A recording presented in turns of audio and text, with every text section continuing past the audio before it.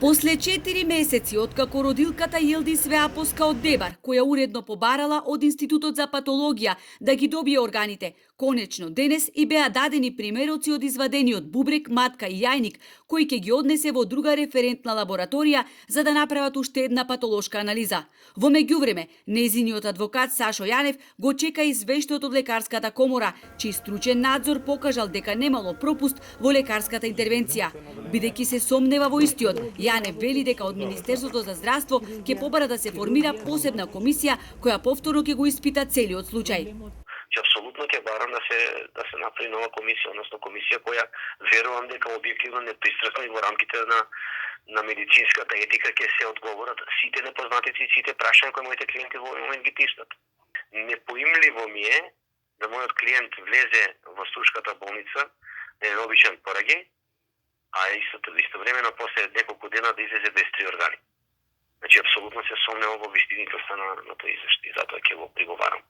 Неминовно е да се направи вештачење на наодот од стручна комисија, бидејќи овде има и конфликт на интереси. Докторот од Струшката болница Мухамед Асани е член на извршниот одбор на лекарската комора.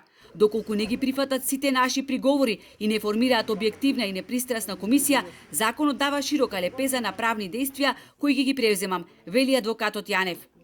Многу ретко се случува одговорност на лекарите, особено поради фактот што едните на другите си прават извештаите стично, дотолку повеќе што имам прилика пред известен период да слушнам од еден многу добар доктор кој рече само доктор може да осуди доктор. Судот многу тешко може да осуди доктор. И јас верувам дека има конфликт на интереси. Апсолутно сум убеден. Инаку се множат кривичните пријави на струшкиот гинеколог Мухамед Асани.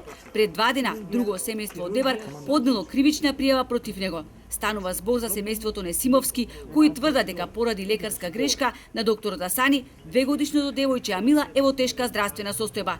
Од моментот на раѓањето на малечката, Несимовски тврда дека се по болници. Причината за здравствената состојба на бебето им ја откриле лекарите од Скопскиот клинички центар. По раѓањето бебето не заплакало 35 минути затоа што папочната врвка била обмотана околу вратот. Амила сега боледува од церебрална парализа.